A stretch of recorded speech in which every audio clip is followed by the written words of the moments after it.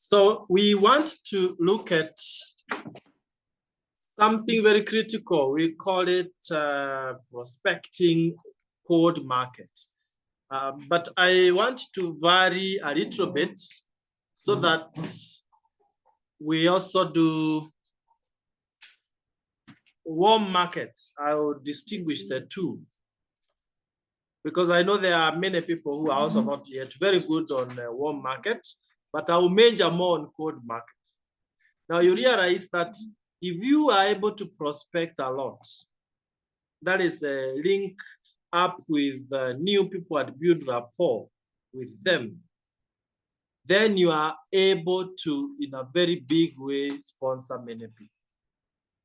So prospecting is very, very key. And when you're prospecting, you come across two kinds of people. Your friends that you don't even need to introduce yourself to. That's what we call, a warm market. Warm market, your close friends. I'm sure there are people that when you are talking, you don't have to always tell them it is so and so, because you've known each other for long. They know it is you and you know it is them. So that is warm market. And it's not very difficult to approach them, though it's also technical. Then we also have cold market. Now, cold market, these are what you would call maybe strangers. They could be friends, but quite distant friends. Not too close. You may still have to introduce yourself. You don't talk so often. Maybe you talk, the last time you talked was a few years ago or a year. So those are not very, very close friends. So we call that cold market. But basically, when we talk of cold market, think of the people you'll be meeting for the first time in your line of duty and general life. So you will notice that when you are very new in the business, you tend to make some very many, I would call them silly mistakes. Mistakes that if you were given another chance, you wouldn't make. But it's all right. It's okay to make those mistakes as long as you learn. But from today, we want to see how do we reduce on those kind of mistakes. So a number of people that you'll be talking to, they are likely to resist the opportunity. I think people are wired towards saying no and thinking that maybe you have interest in what they might not have interest in. And so they are wired to resist. So we need to learn, how do we break that resistance professionally? How do we break that resistance? How do we make sure that we go beyond that resistance? So I want to mention and briefly look at 8 steps that we can go through so that we are more effective. So that maybe if you were initially able to prospect 10% of the people you meet, we try and push it to around maybe 80%. Would that be good enough? We pushed it from 10% to 80%. That's what we want to look at. You could write them down first, then we can elaborate on each one of them. 8 steps that you need to follow. I have practiced them again and again until they flow when I'm talking to prospects. Number 1, be in a hurry. That's the first thing you want to do. When you're prospecting, be in a hurry. Don't seem to have all the time. I'll come back to all this. So number 2, compliment the prospect. Compliment the prospect. Appreciate them, you know. Number 3, make the invitation. Once you've complimented them, now you can be able to make an invitation. Number 4 rather, you'll be asking them the power question, which goes like, if I, would you? I'll come back to that. But note the question is, if I, would you? Number 5, you get a time commitment. You get a time commitment so that they are committal. They don't just say yes and they are not committed to showing up. Number 6, you confirm that commitment. You confirm that commitment. It's like getting a second yes. Number 7, you get a time and a number that you can get back to them. Get a time and contact that you can get back to them through. And the last one is get off the phone. Don't keep on talking and talking and talking. I'm sure we've found ourselves in that cycle of talking until the prospect becomes like the main person now talking to you like they're prospecting you. If you don't know when to get off the phone, then that is likely to happen. So let's look at the 7 steps or the 8 steps in detail. Step 1, what did we say? Step 1 should be in a hurry. Now what happens is this is a psychological game. When you portray a picture that you are in a hurry, you respect your time, you don't have all the time. Somehow the prospects create an impression that this person is a busy man. He doesn't have all the time to waste. So chances that they will really listen to you are high. So be in a hurry. And the ones you use will tell whether you are really in a hurry or you have all the time. For warm markets, people that you have connected with before, you might tell them something like, I don't have all the time to talk, but it was really important that I reach out. In fact, for me, what I usually do is I tell them that I know it might not be the best time to talk. I know you could be busy. I'm also running somewhere, but I thought it is important that I get to you. I reach out to you. Okay. So anything that shows that you are in a hurry. Sometimes I tell them, I'm running into a meeting, but I needed to reach out to you briefly. Then I can continue. So that's the very first statement. Before you start now, telling them anything else, so that from the word God, they know they should not start asking you all the questions. Let me also make it clearer. You know, sometimes you've met someone, maybe on Facebook, on social media, you're interacting for the first time. Maybe you had run an advert and they have hit the WhatsApp so that now you've gotten their number.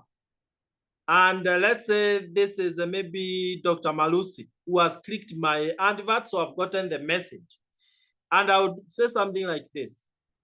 Good evening, Dr. Malusi. This is Dr. Kariuki Josephat. Sorry, I'll be brief because I'm running into a meeting, but I just got a message from you expressing some interest on an advert I put on Facebook regarding a meeting that we'll be doing this weekend. I just wanted to confirm that you'll be attending so that we can reserve a seat for you. You see, now we've gone straight to the issue that I'm running into a meetings. We don't have a lot of time, but then now I've proceeded to tell them that I needed to reserve a seat for them. But I started by showing that I'm in a hurry. You see, that's how it works. Very simple. And that works both for warm market or for cold market. For warm market, you can tell your friend something like, hi, how have you been? I'm running into a meeting, but I wanted to let you know that there's a meeting I would really love that we attend together this weekend. How is your Saturday? Now, my point on this is for step one. I have started by showing them that I'm in a hurry. I hope it's really flowing. But then once you've shown that there's that urgency, now you can go to step two. Step two is where you compliment them, compliment the prospect.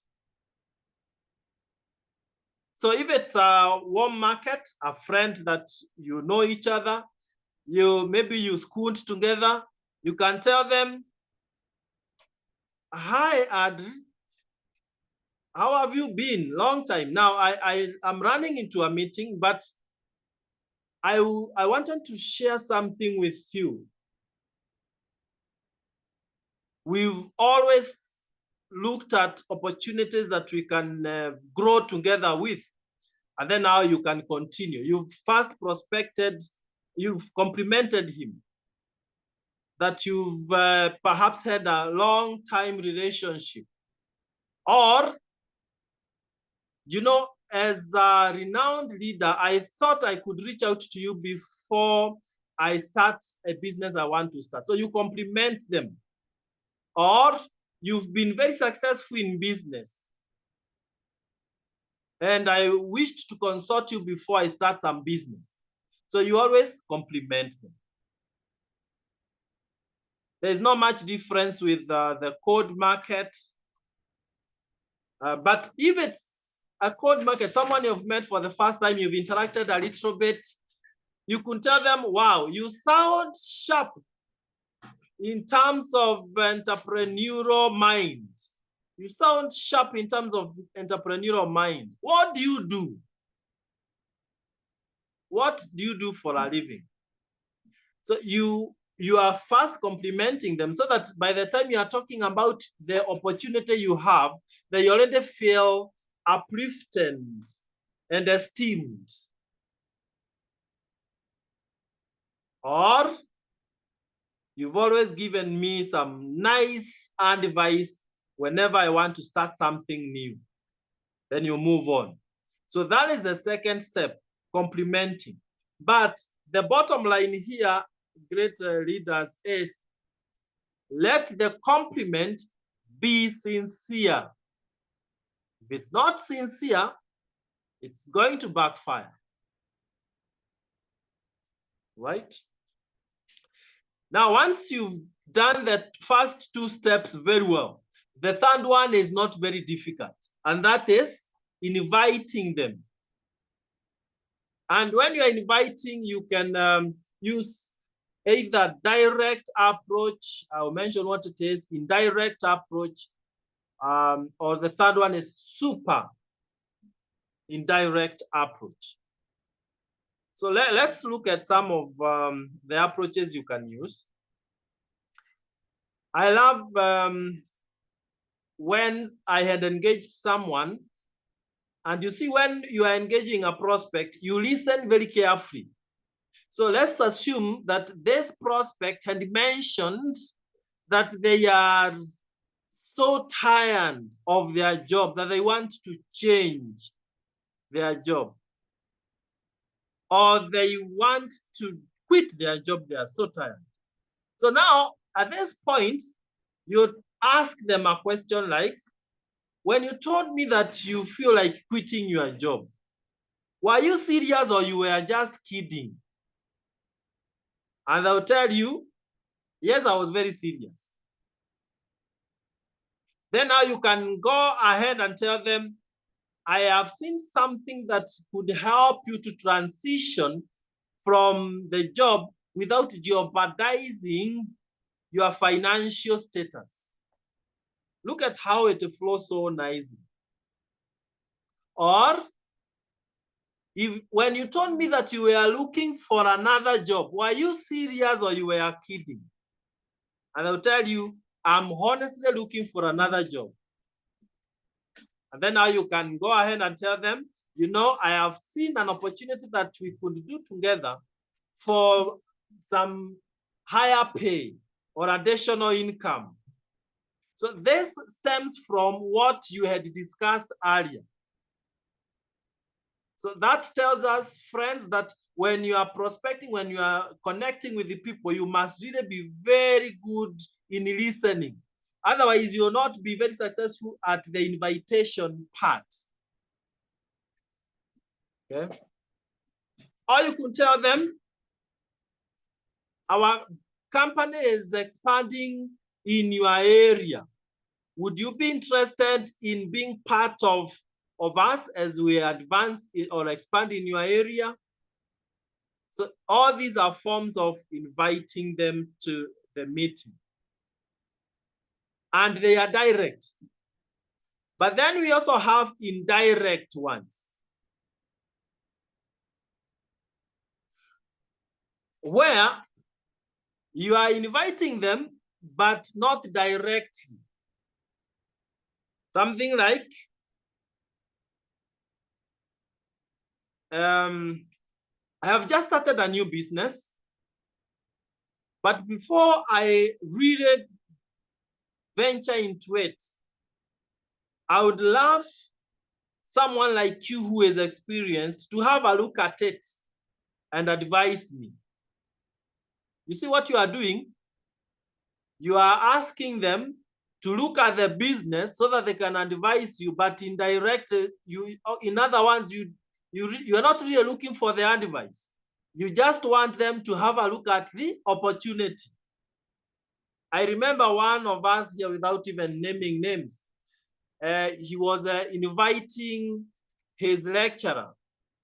And I advised him the best way of inviting your lecturer being a student is tell them, sir, you know, I'm quite entrepreneurial, but I would require your expertise before I venture into business. Can I share with you a business opportunity I've seen? Then you let me know whether it makes sense. Now, when they listen, they will realize that they actually can do the business. So they can easily join. So you've invited them indirectly. But then we also have super indirect. Super indirect is where you sort of like ask them for leads. For example, I may, Dr. Marusi, with your permission, I may ask Dr. Marusi, Doc, there's a business plan here, which I know it might not be yours, because now I know he's very busy as a medic. It might not be yours because you are too busy. But would you know of someone who is ambitious and would love to start a stable business? And Doc will ask me, what is it about? So that I can be able to really give you the right people. Then I will now tell Doc, I will send you a short clip that explains to you how it operates. Then you can let me know who might be interested in that. You can give me some guides. So you see, you are trying to eliminate Dr. Marusi, and you are like asking for other people totally. And two things will happen in that. He might also consider it, but even if he doesn't, he might give you 3, 4, 5 people who might be interested. That is super indirect approach, and it really works. So that is invitation. Now we get to making these people commit to really attend a meeting, whether it's one-on-one, whether it's a group presentation, or whatever it is. The first one, you just shared with them that there is an opportunity. But now you are asking them a question so that they can commit that they are really interested. So this is where we use the power question. We call it power question. And it goes like this, very simple. If I showed you an opportunity that we can build on part-time basis for additional income, would you be interested to have a look at it? I think this is so critical if you really want to be successful in inviting people. Don't invite them first until they say a yes. All right, we can go back one step and remind ourselves of this person who said they are so bored with their job, they want to resign, they want to leave it. And you have asked them, were you serious? They have said yes. Now you bring in this question. If I showed you a way of exiting the job without jeopardizing your financial status, would you be interested in looking at it? So the thing is, would you? You told me that you were really struggling financially even to educate your children. Were you serious when you told me that? They say yes. Then you ask them, if I showed you a way of earning additional income so that you can supplement your income and have ease or easy time educating your children, would you be willing or open to look at it?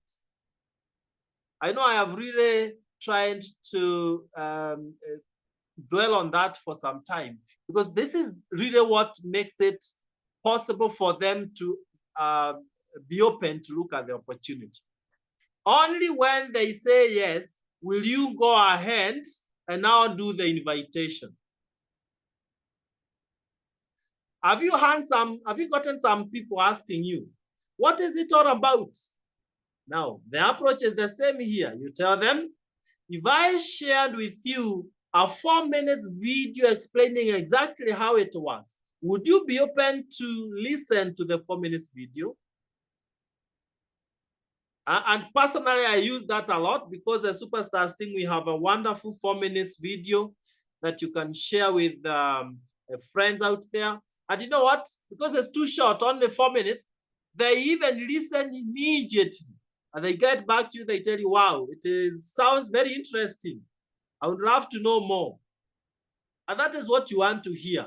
You want them to say, I want to hear more. So that is step 4, a very powerful one.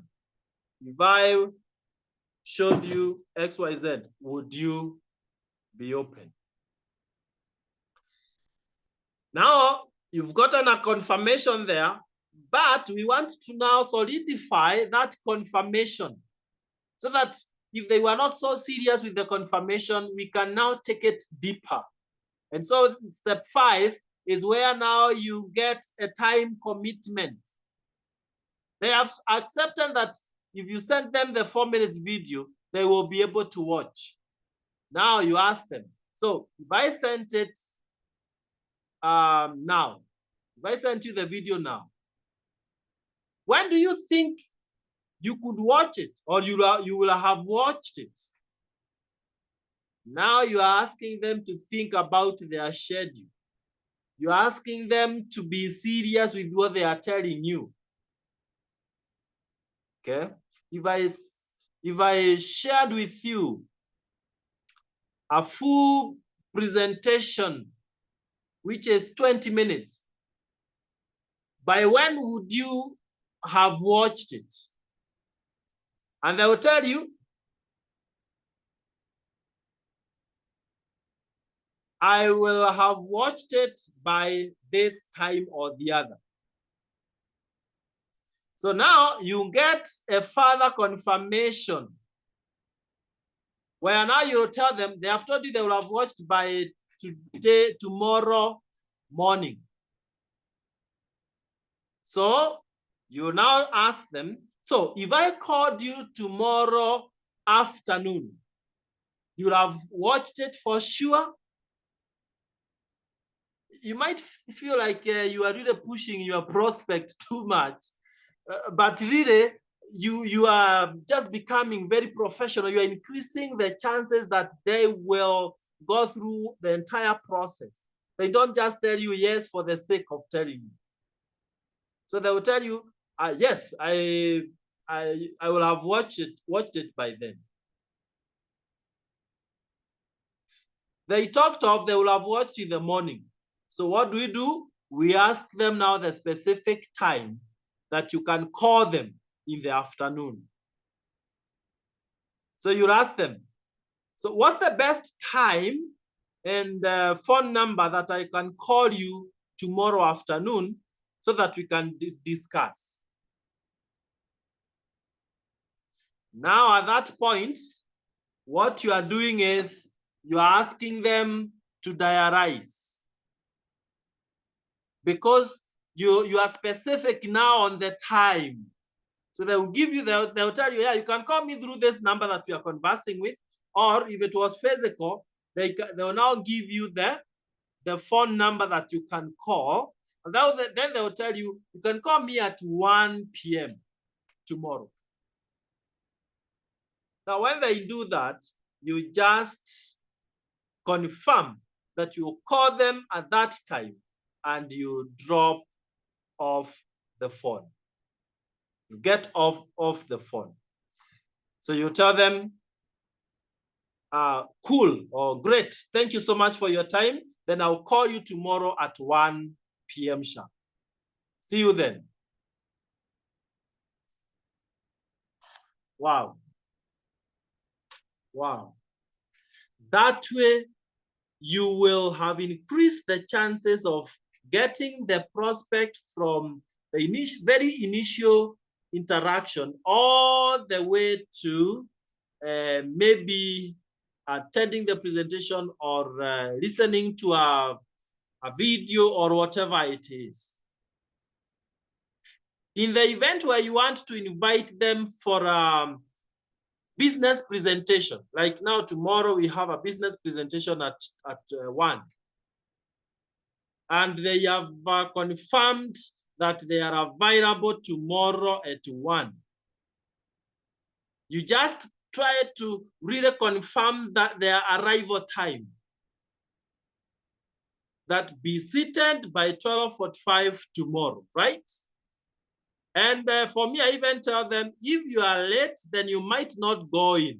I know, of course, it's not really practical to lock them out, but I'm increasing the chances of them coming into the meeting on time.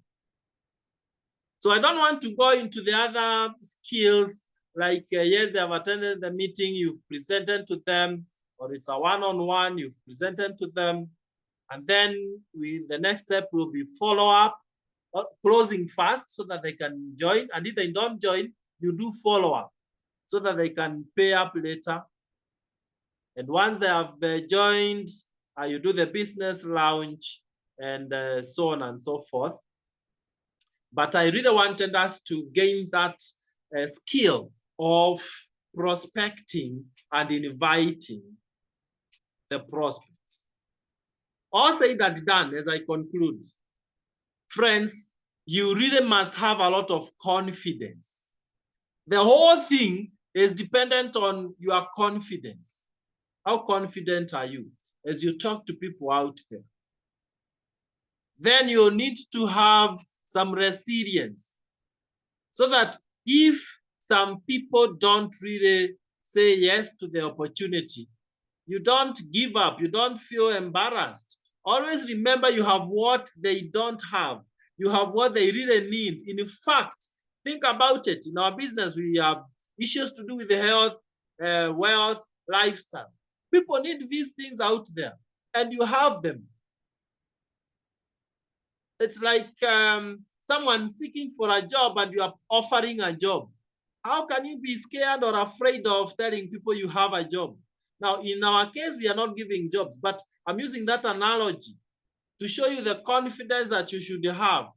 It is the confidence of an employer talking to an employee. You have so much confidence, you have what they need. And of course, as I was sharing with some people at KCC on Saturday, if this thing you are doing physically, not over the phone, then you must really be dressed in a way that tells the prospect that you are doing well. You see, no one wants to follow someone who is stressed, someone who looks like they need the opportunity themselves. So the outlook matters. Make sure you look like an entrepreneur. Then you can now go out to meet your prospects. And where do you prospect? As long as you have gotten out of your house, even at the gate, if you meet somebody, prospect them. And you just start by connecting with them. Very simple. Go to a wedding, connect with as many people as possible. Just make friendship. Let me wind up by giving you a scenario I had last week. I used Uber. This is private cars used to move around. I used it twice in one day. And the two Uber owners, I prospected them the same way I've shown you. And guess what? They both confirmed that they'll be attending tomorrow's meeting. And they are actually reminding me that, sir, you had told me that there's an opportunity tomorrow. Is it still there? You see, that's someone that I created a lot of interest in.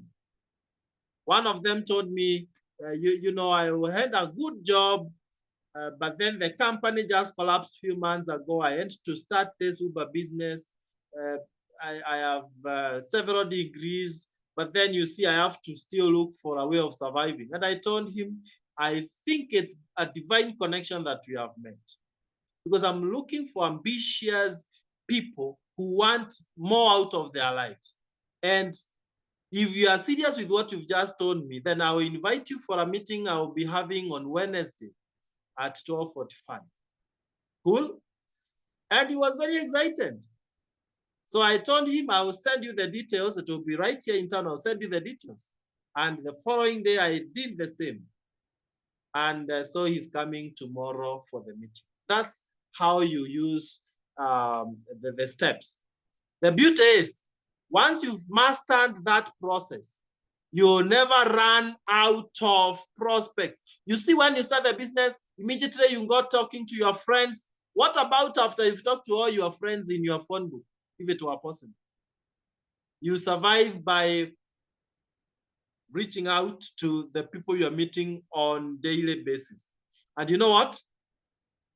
Without discouraging anyone, your friends might not even join. I know people have experience here. Your friends might not even join, or very few of them will join. For obvious reasons that we can look at next time, not now. Some are just jealous. They imagine that if they join, they are going to push you. Others don't believe in themselves. Others don't believe in you. So all those factors. Others are just there. They are not entrepreneurial. They have built a comfort zone. But you don't want to bother with that. What you need is the skill to talk to as many people out there who can join your business. You will never exhaust cold market. So guys, that is it for today. These are not things that you just learn theoretically and you say that you are now good to go until you practice. And I challenge you as an assignment for tonight.